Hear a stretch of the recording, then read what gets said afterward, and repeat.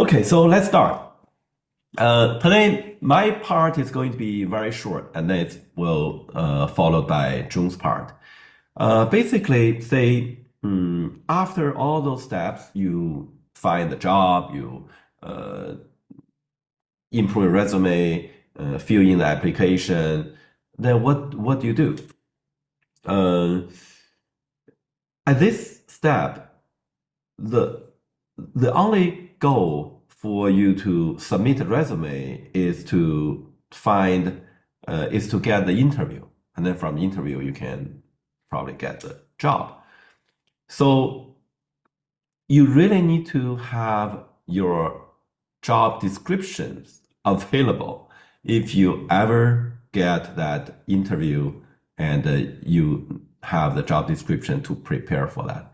So if you only get one thing out of this workshop, always keep track of the job description. This may not be easy task to do to keep track of job description.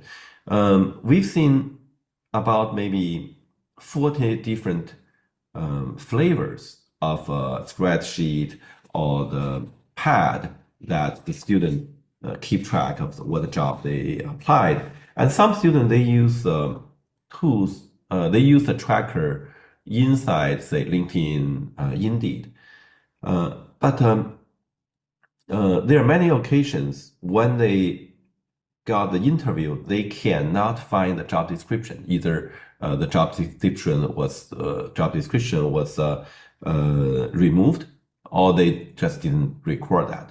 So to do that, I'm going to show you the application manager or interview hub of FrogHire.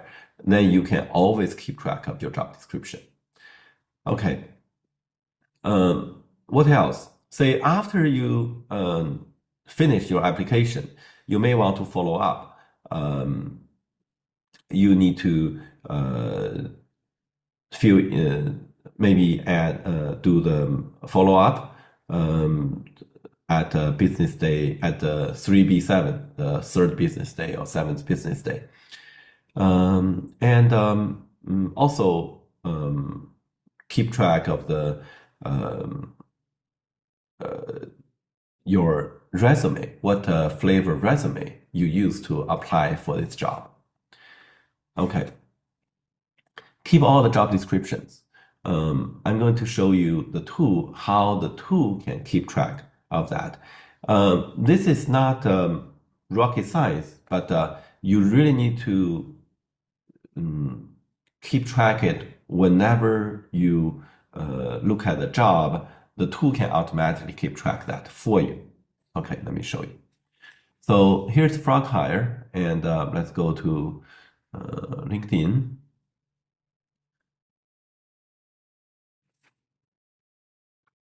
Okay.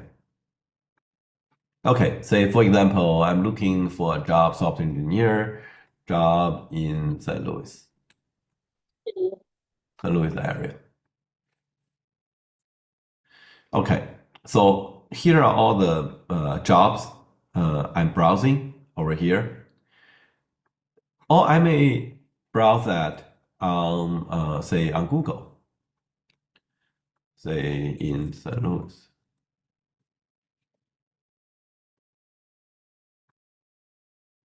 Hold on.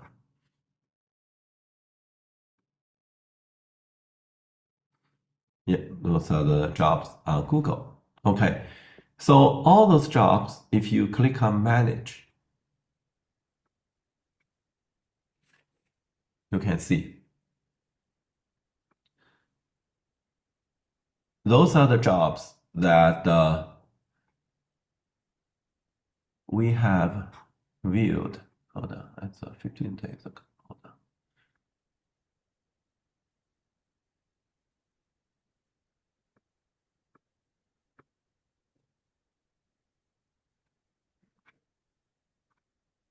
on. Why it's reversed?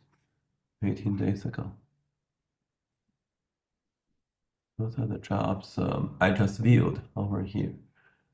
The last 3 months, today.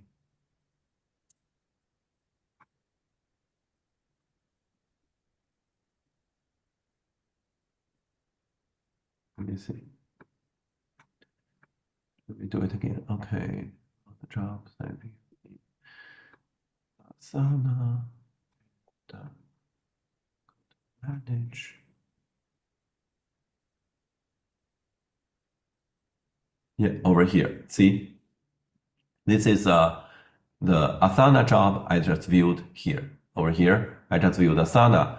So the tool can always keep track of the job description over here. Oh, this 7 days ago that was confusing. That's actually the 7 days ago it was posted. So yeah, so the tool is correct. It's just it's a little confusing. Okay, and also if we are on say let's try say on Indeed.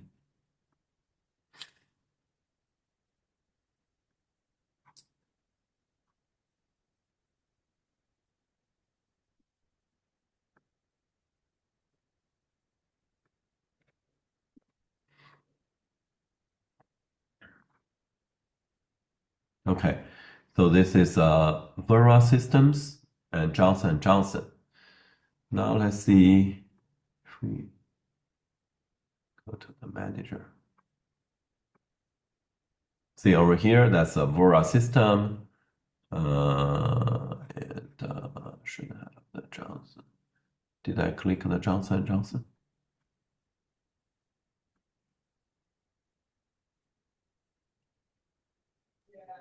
Did you actually have to scroll over it, click on it, put a Yeah. heart, something in order for it to be No, no, no, remembered? no.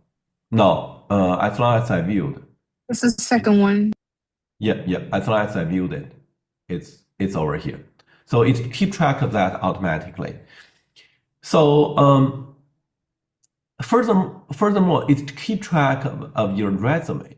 Say if you decide I want to apply for this job, see over here, I have 26% match. I want to improve my resume and say I use this AI tool to do it.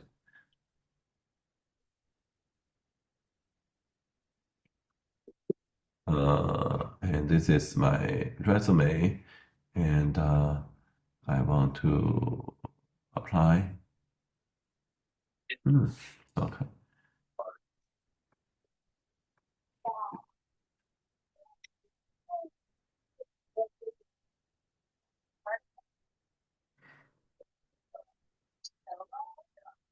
I mean, I'm like first world problem. Yeah, I liked them. And I do the autofill. Please mute if you are not speaking. Yeah, so over here, suppose I applied for this job. And over here, if I go back to the job manager,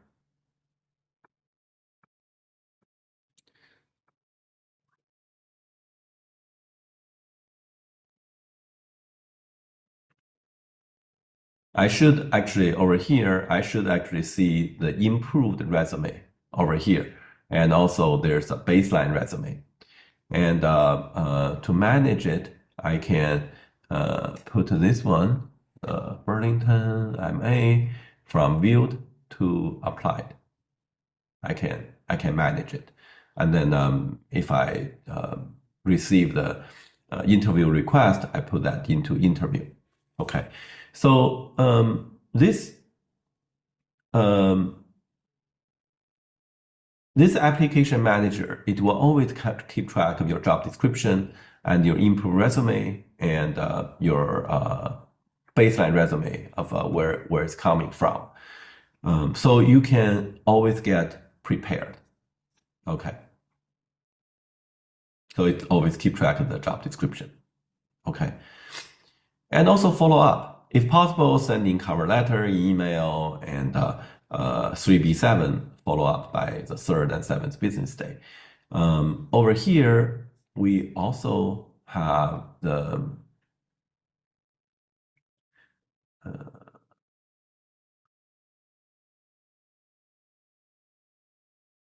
we also have the company information. and company contact information. You can use this to follow up. You see where's follow-up letter generation. Follow-up letter generation is right now only for the applied jobs. So if you click to the applied tab, okay. then we can generate a follow-up letter. Yeah, over here. Okay. Okay, and then you finally got this interview. You need to prepare your interview. You need to research the job description. Always have the job description. The tool will always keep track of that for you, and also research the resume you use to apply for this job. You can brag in order to get your job interview, but you need to cover yourself. And you research the company, and then June will talk more in this section. Okay, and I just showed you the application manager. Here's a screenshot. It gives you a lot of information, but most importantly, when you use FrogHire to search jobs and improve resume, it will always keep track of your job description and the resume you used for that job application. That's very important. Okay, and FrogHire has an integrated SRM process that is search. You set parameters, you search more effectively, and research. Do research so that you decide which application, which position you want to apply, and always input resume before you apply, and then manage your applications across the platforms.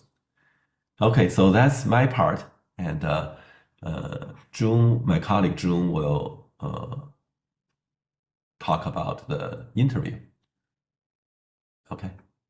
Okay, great. Let me share my slides. Okay, so slideshow, give me a sec.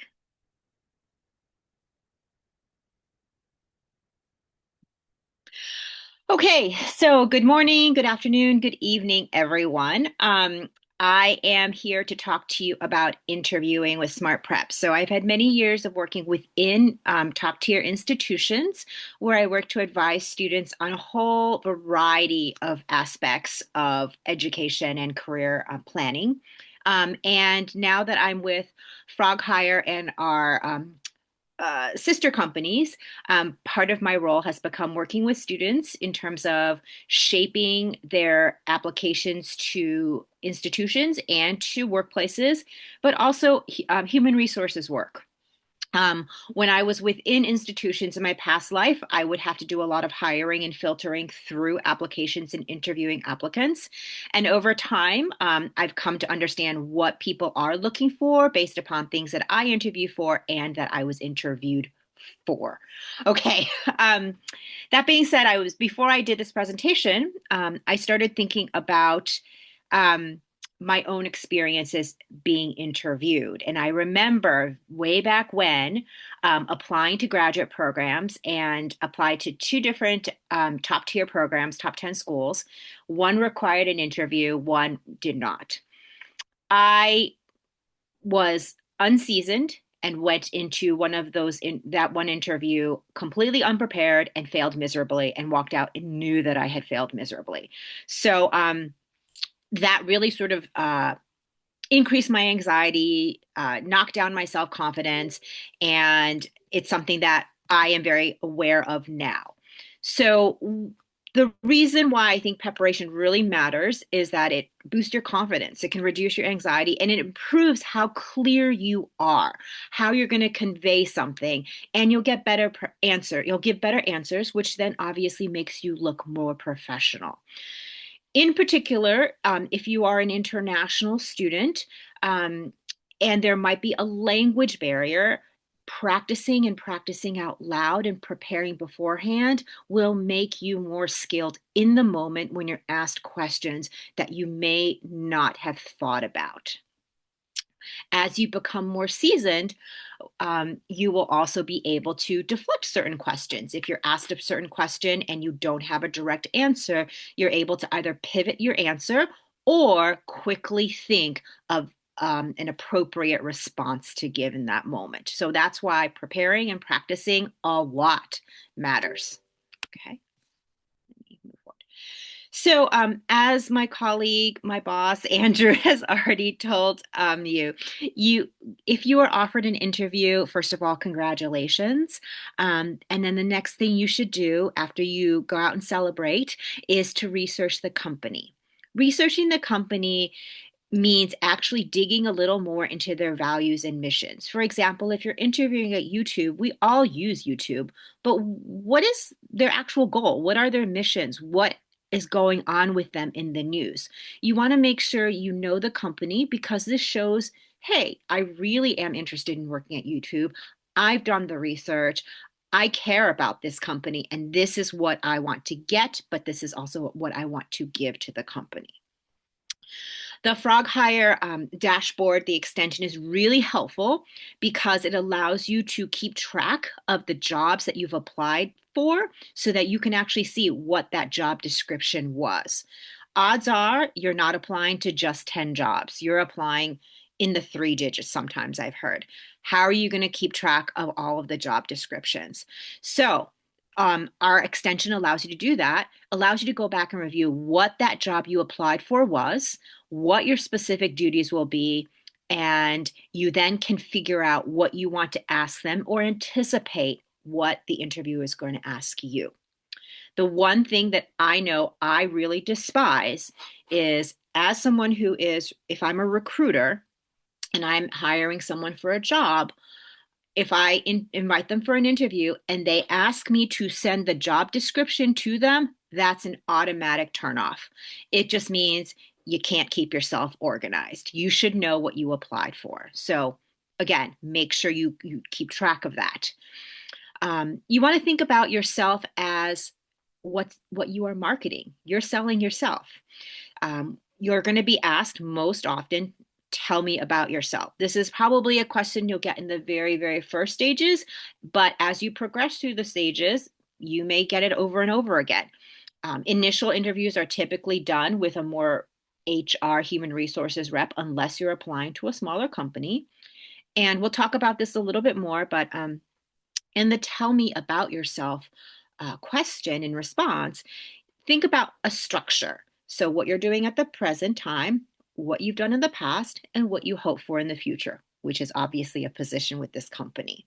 They will likely ask you about backgrounds, strengths, why you seek this role, and most importantly, why your background fits the role. So you're not going to, so if the more you understand your job description, the more you are able to tailor your experiences to the job that they are hiring for. So I've already talked about language issues, and the one thing, if you look on our blogs, I do blog about accent bias. So this is something to be aware of. You could be enormously skilled, but if your interviewer can't filter through your accent, doesn't really understand it, it's going to be a drawback for you because ultimately they will say, well, how are you going to communicate with your team and your supervisor? This is why practicing out loud is incredibly important. In the past, I used to just look at questions that I drafted that I might want to respond with and practice them in my head, but they never would come out of my mouth in the exact same way. So practice out loud. That is so very much key. Practice out loud in front of a mirror. Practice out loud in front of your camera. Record yourself if you need to. If people have had difficulty understanding your spoken language in the past, you must practice out loud, and you should be practicing with someone, be it a career counselor, be it a mentor, being a friend, or even ideally a native speaker. This will allow them to give you critical feedback about your pace, about your accent, about how you convey your thoughts and ideas. So if anything, practice out loud. Common questions, which we will go through.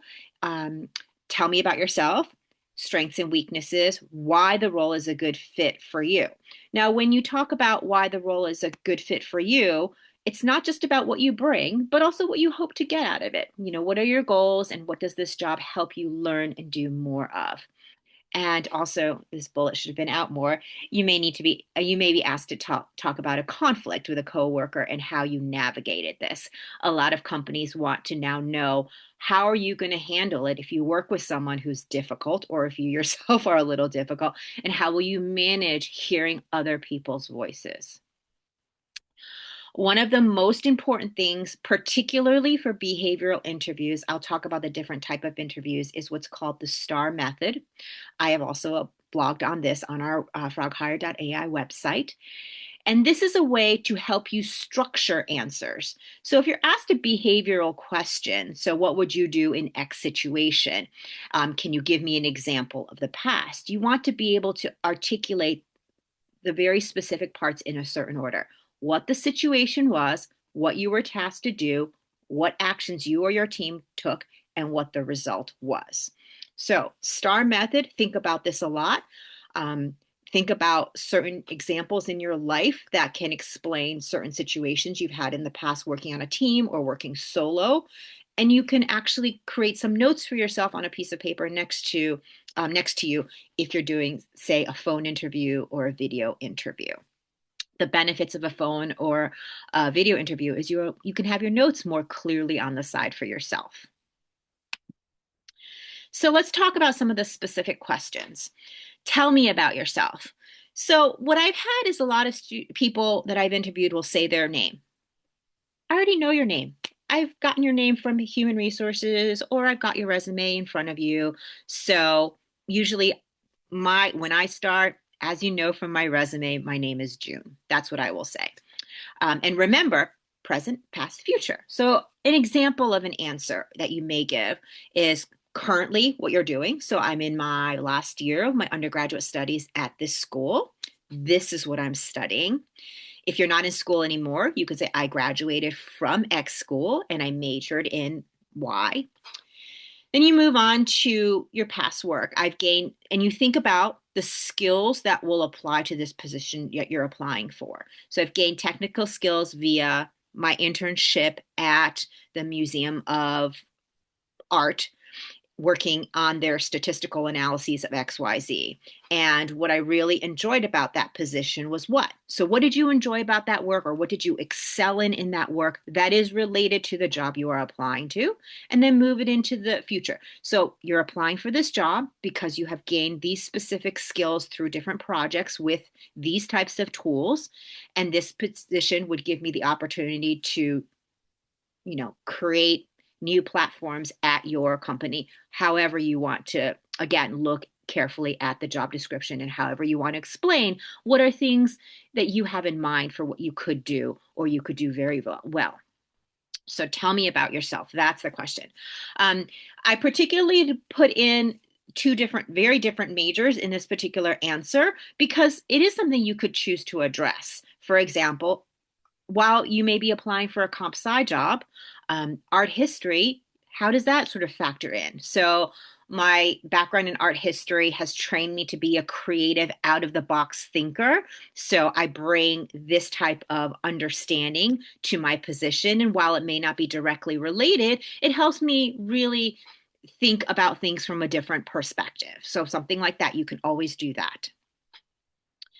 Strengths and weaknesses. I always suggest start with your weakness first because you can end with the strength, and maybe that's what they take away. Don't list 25 weaknesses. Just one or two. If they want more, they'll ask you.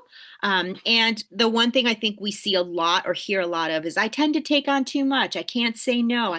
You think that it makes you look like a really hard worker, but instead, one, it's a commonplace answer. Two, it also shows you don't know how to delegate. So be aware of that. I like to end with strengths for them to take away and how you can probably actualize your strengths at this particular job. I see that this role requires teamwork.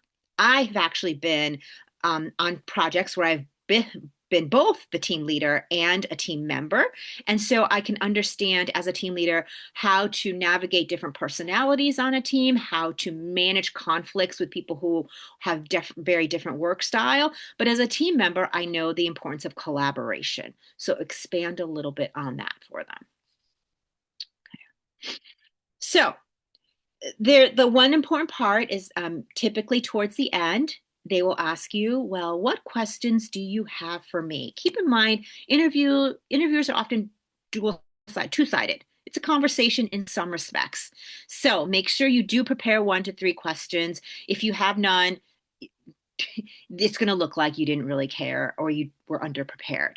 So don't ask questions that can be easily answered elsewhere. So don't ask questions about the job description if it's already in that job description.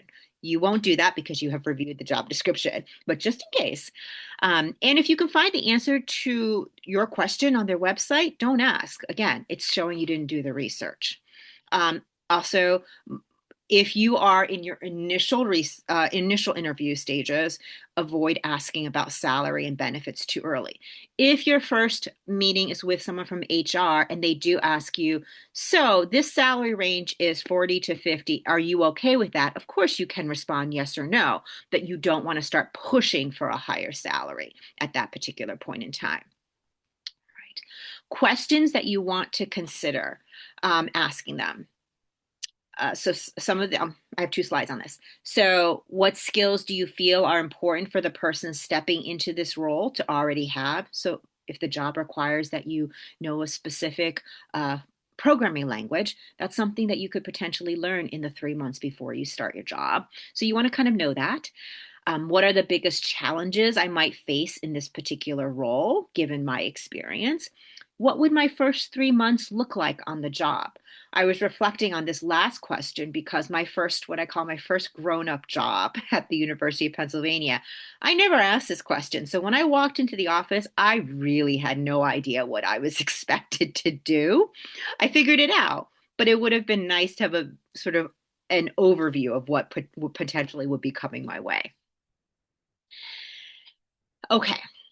First impressions are really important. The one thing that I noticed right now when I logged into Zoom was that a lot of folks don't have a photo of themselves. Your videos are off, but usually you can broadcast a photo. I see that Mohammed, Sajin, Jennifer, and Nicholas all have professional photos. The rest of the folks are blank.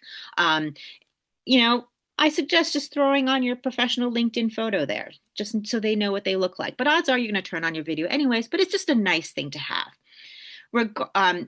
Regardless of video call or in person, a lot of things do overlap. You should be dressed appropriately. So I did an interview once and the person was in a t-shirt. No, not appropriate. On the video call, you want to be in a quiet space. You want to turn off your messaging apps or keep them in the background.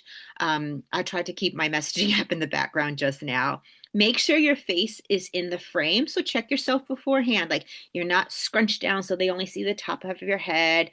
Your face isn't giant in the frame, things like that. Make sure your background is bland. So it shouldn't be busy. You can blur it, but it shouldn't be one of those very busy AI backgrounds with like animals dancing around or anything.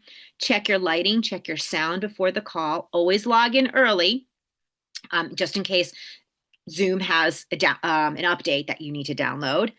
Make sure that you occasionally glance into the camera and minimize your fidgeting. The only way you'll be able to tell this is if you practice interviewing with the camera on and looking at yourself. Some of us will touch our hair a lot during it when we're nervous, and you want to avoid that. As you see, I tend to gesticulate and use my hands a lot. So I have to remember not to do that as much during an interview. For an in-person interview, again, dressing appropriately. You want to arrive early, but not too early. So don't arrive 30 minutes beforehand. Sit outside if you're 30 minutes beforehand. 10 to 5 minutes beforehand is totally fine and it's good. You want to show that you're eager, but not crazily eager because it's going to throw people off if you're too early. Make sure you make eye contact. In American culture, eye contact is very, very important. The other thing that I've noticed with some international students, some international groups, is the inability to give a firm handshake. I myself was born in the United States, but I did not know how to give a firm handshake. My first recruiter had to teach me how to give a good, hard, firm handshake. Firm handshake is important. A tap, a light, weak one is not in the United States. Be aware of your mannerisms. I think what I meant was be aware of the things that you do when you're nervous. Do you pick at your nails? Do you bite your fingernails? Think about that, okay? And you always want to stay focused on the speaker. So if it's one person, great, that's easier. You're focusing on one person. However, if it's a panel interview, you've got to sort of move your head around as you respond and respond appropriately to the person asking you that question. If you're being interviewed by your potential supervisor, so this will probably be, if it's a small company, it might be your first interview. If it's a large company, it'll be potentially a second or a third, maybe even a fourth interview. You want to expand on something that, you know, the interviewer has talked about. These are questions you can ask that potential supervisor. If you're being interviewed by a potential supervisor and you need to ask questions, they say, what questions do you have for me? You can expand on something that they've talked about regarding the role or the position or the company.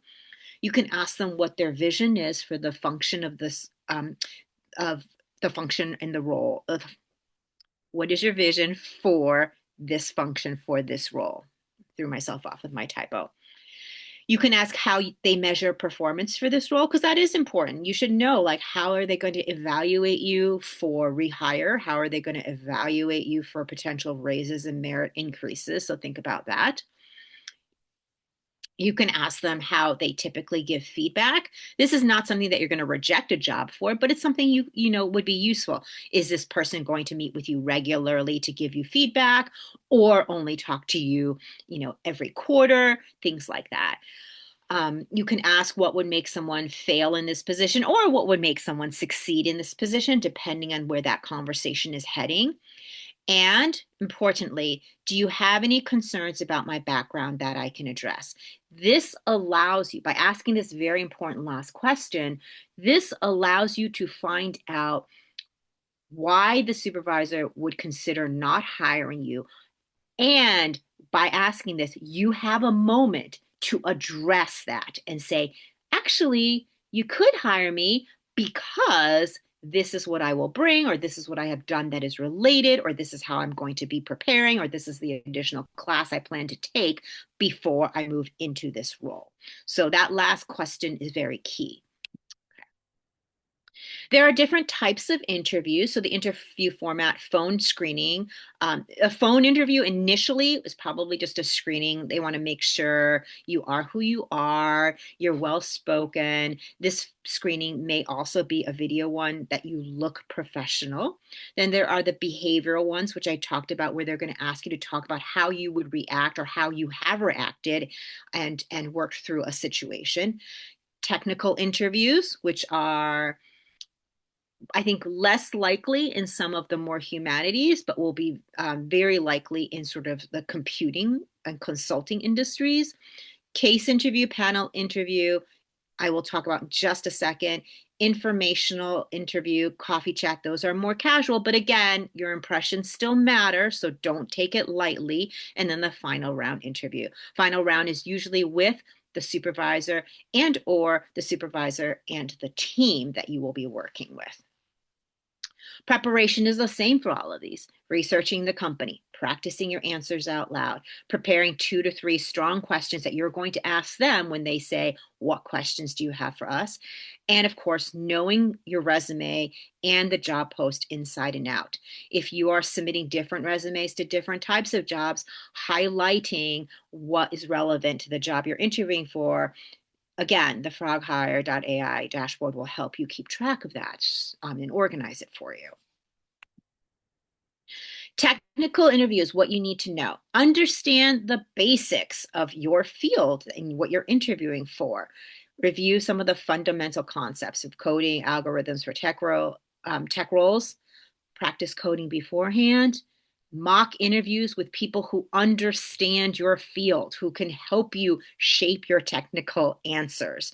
So if you're going to be applying for a computer science job, you don't really want to do a mock interview with me, because if you talk about something computer related, I'm not going to know if you are right or wrong or have missed a step.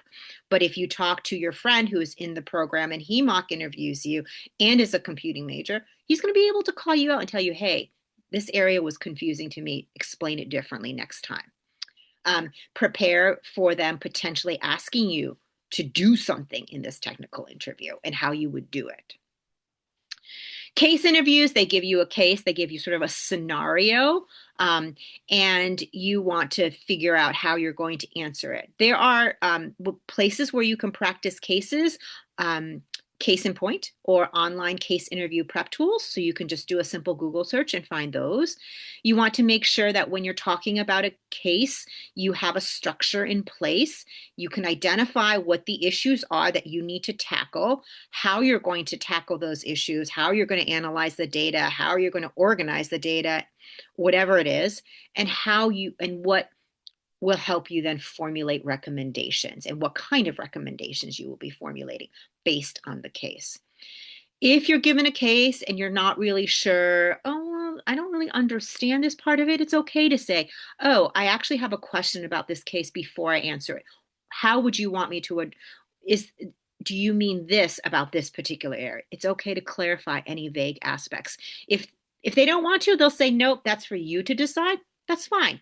But if they can give you more structure, why not ask for it? That's not going to ding you. Panel interviews. So it's more than one person. You want to, ideally, they give you the name of who you're going to be meeting, so you have a chance to research the panelists. You can research them through, if it's a job interview, most likely on LinkedIn, but you can do a bigger search as well. Things that they've done in the past, or things that they've written. So research the panelists, prepare for diverse questions. So usually the panelists will have different areas of expertise related to the team you'll be working on, related to the job. So they're going to be asking you questions from different perspectives. They likely have coordinated, okay, you're going to be in charge of asking this technical question. You're going to be asking about collaboration. So be prepared for diverse questions that come from different areas. If you can mock interview with a group to practice group dynamics, that is also great, because then you understand how people may jump in on top of each other, how you may need to filter your answers appropriately. And you want to make sure that when you are in that interview moment, you engage with all of the panelists. You want to make sure you're making eye contact. The person who asks you the question is the main one you're focusing on, but while you're answering her question, make sure you have a moment to look at the other folks so they are included in that discussion. You want to be able to show by doing that, you're able to highlight your ability to work with a group of people versus just one person. My final thoughts.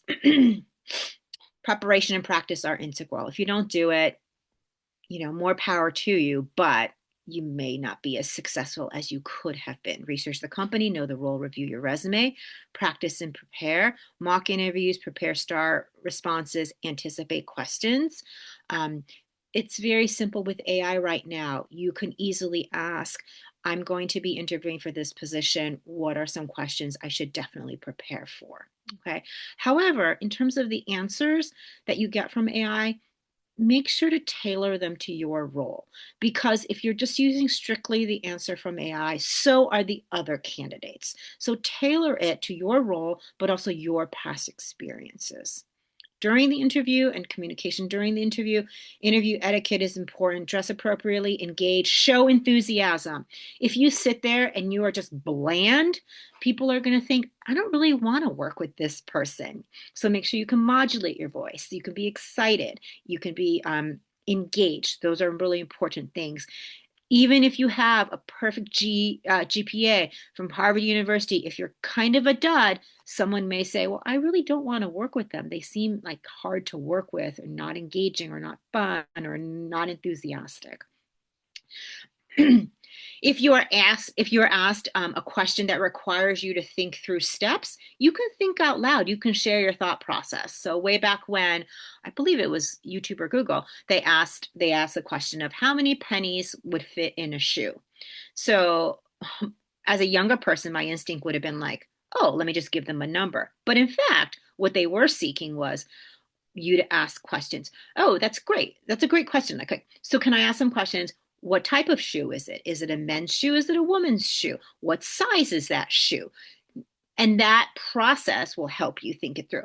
Okay, if it's a size 9 women's shoe, I think it would be about 9 inches if I think about how thin, a penny is. So you can do that. You can ask questions. You can show them how you think through a problem and how you solve a problem. So again, practicing gives you that confidence. Practicing with different people and different questions throws those curveballs at you so that at least you have an inkling of how to answer something, even if it's asked in a different way. Okay, so that's all I have on my part. I just can't emphasize enough the value of repeating your answers out loud. And that being said, I think, I hit our time limit. But if you have questions for Andrew or for myself, we are here for you for a little bit more.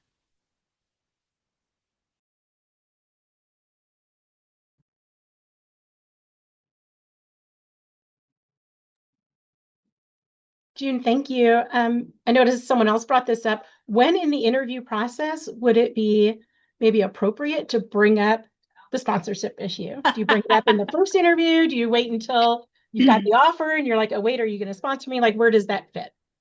That's a great question because I feel as if people start to get concerned about this very early on. So ideally, they ask you at the first interview, and if they do, you should be giving an honest answer. But your honest answer can include the fact that if at this point you have 1 year OPT, you're happy for that particular experience, you should articulate that. If they don't ask you, I would probably consider so it depends on you. So if you're someone who's like, I'm being selfish about this, okay? For our candidates, I'm being a little selfish about this. If they don't ask at the first interview and you're like, well, I just want to interview and I need more experiences, you could skip saying that and go on to the second interview. So you just have a second experience, another interview. However, beyond that, it potentially becomes wasting their time and wasting your time, at which point at the second interview, depending on who's interviewing you, you can certainly ask, are you able to sponsor me? I have 1 year OPT. Do you offer H-1B? But if you're using the FrogHire dashboard, we actually allow students to filter for whether or not that particular job is sponsored, which could make this question potentially moot as well. Thank you, Jennifer, for asking that. Yeah, very good question, Jennifer. Yeah, just to emphasize on what June said. I think if you are an international student and you may need sponsorship, go look for jobs that are offered by the companies who might give you sponsorship. You can know it by checking the company history and also read the job descriptions. About 1 in every 7 job description have very specific wording about sponsorship. Make sure you know that before you apply. There are tens of millions of job openings, and you only need to apply to maybe 20, 30 per day, and you only need that one offer. So go from the more friendly company. Also, this brings us another question that some students emphasize on the networking, not just applied networking. There's one student I met. She went to about 20 conferences and events and networking with people. And she got referral and interview. But the problem is the persons she networking with are too far from the hiring position. And she literally told me that out of her 10 interviews, they just say, "Oh, sorry, we do not sponsor." So then all the previous work has been weighted. So do your research ahead of time. Even you want to networking, you want to apply to a job, research the company history so that you have better chances.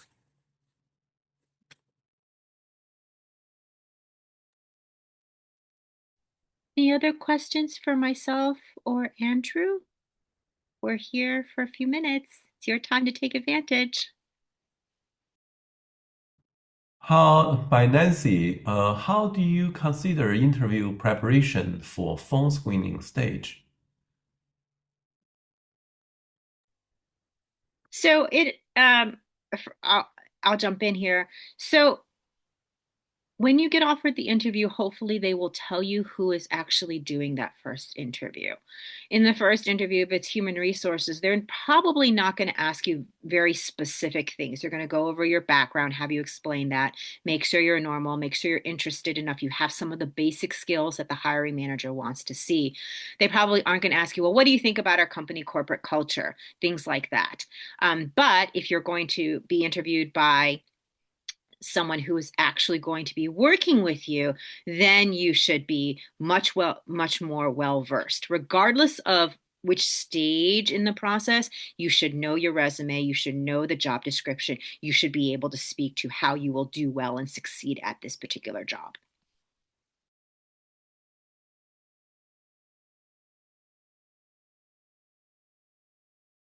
Moses, do you have a question? I see you raise your hand.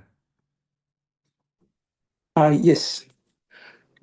Thank you so much for your presentation, Andrew and June. Currently, I've been applying for opportunities and I have a panel interview next week. So I just have a question regarding the dress code. So do you, can you just share a few things like, do you think it's okay to wear like a suit or a dress like Andrew is okay for the panel interview? Is it a video interview or an in-person interview? A virtual video. A virtual, okay. And my suggestion is to figure out what the company culture is. So is it a suit up company? Or is it like a really, really casual company? So it doesn't hurt to be in a jacket and a tie, but if it is a very, very casual company, then that may not be then it would be more dressed as Andrew in a dress shirt that's open. So I would figure out what the company culture is. Okay, thank you. And if you're not sure, dress up. Yeah, overdressed is always better than underdressed.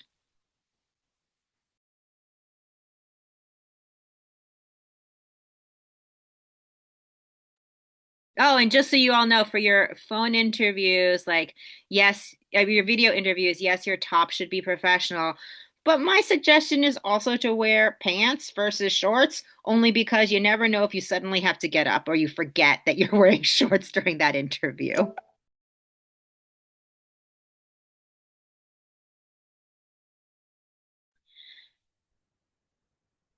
So I see a question for an internship. If there's going to be just one interview, what kind of questions would one ask the panel?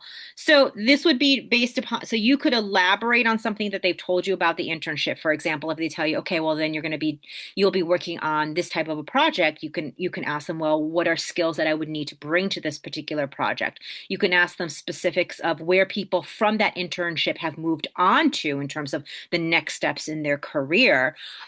You can ask questions about what you hope what the ideal candidate would look like for this position, and what are some new things you might be exposed to.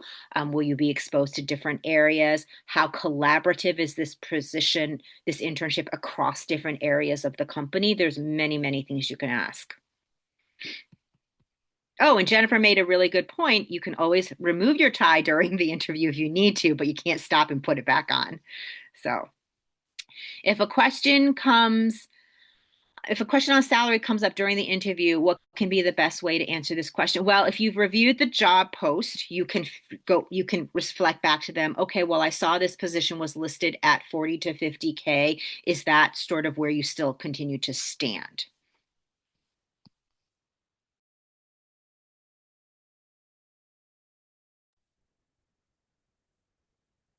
Any other questions before we close out?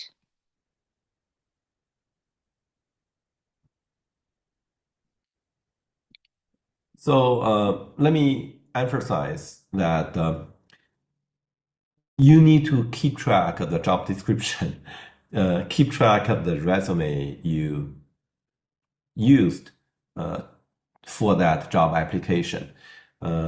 Because the hiring manager, they are going to hold those two documents, so you need to defend yourself. Therefore, a tool can be very useful for you. And then you get the interview. The next stage, you prepare to get the offer. But before the interview, the application time, searching time, you need a tool that can help you to keep track of everything.